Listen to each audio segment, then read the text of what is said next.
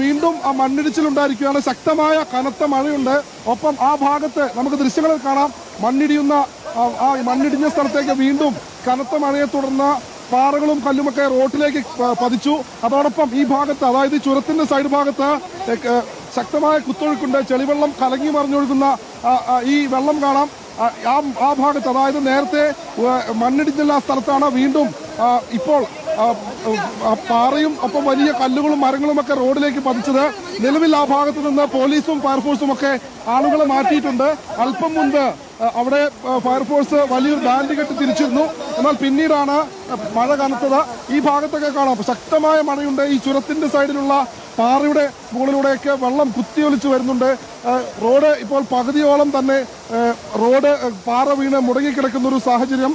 മാത്രമല്ല കനത്ത മഴയെ തുടർന്ന് മുകൾ ഭാഗത്തുള്ള പാറകളെല്ലാം തന്നെ ഇടിഞ്ഞ് റോഡിലേക്ക് വീണിരിക്കുന്നു. ഭാഗ്യം കൊണ്ട് മാത്രമാണ് വലിയൊരു